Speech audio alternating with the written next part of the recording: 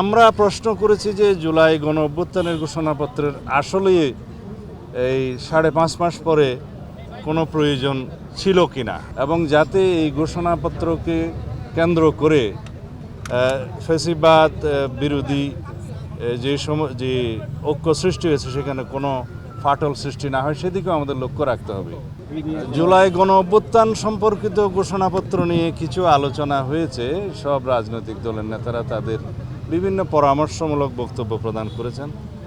তা আমরা প্রশ্ন করেছি যে জুলাই গণ অভ্যুত্থানের ঘোষণাপত্রের আসলে এই 5.5 মাস পরে কোনো প্রয়োজন ছিল কিনা, যদি থেকে থাকে সেটার রাজনৈতিক গুরুত্ব, ঐতিহাসিক গুরুত্ব এবং আইনি গুরুত্ব কি সেগুলো নির্ধারণ করতে হবে এবং যাতে এই ঘোষণাপত্রকে কেন্দ্র করে ফ্যাসিবাদ বিরোধী যে ঐক্য সৃষ্টি হয়েছে সেখানে কোনো ফাটল সৃষ্টি না হয় সেদিকেও আমাদের লক্ষ্য রাখতে হবে।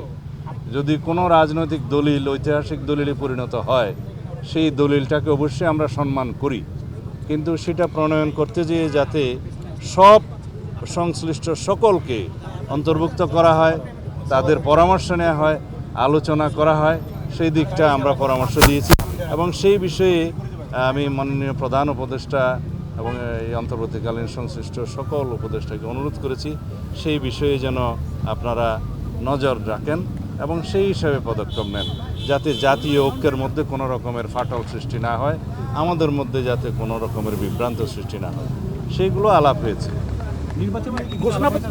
না, আপনাদের অবস্থানটা কি ছিল ঘোষণাপত্র নিয়ে? আমরা আমাদের বিভিন্ন পরামর্শ দিয়েছি, বিভিন্ন বিষয়ে রাজনৈতিক দলিল প্রণয়নের বিষয়ে ইত্যাদি বিষয়ে আমরা কথা বলেছি। এই প্রশ্ন নিয়ে আপত্তি আছে কিনা, মানে কোন জায়গায়? ধন্যবাদ।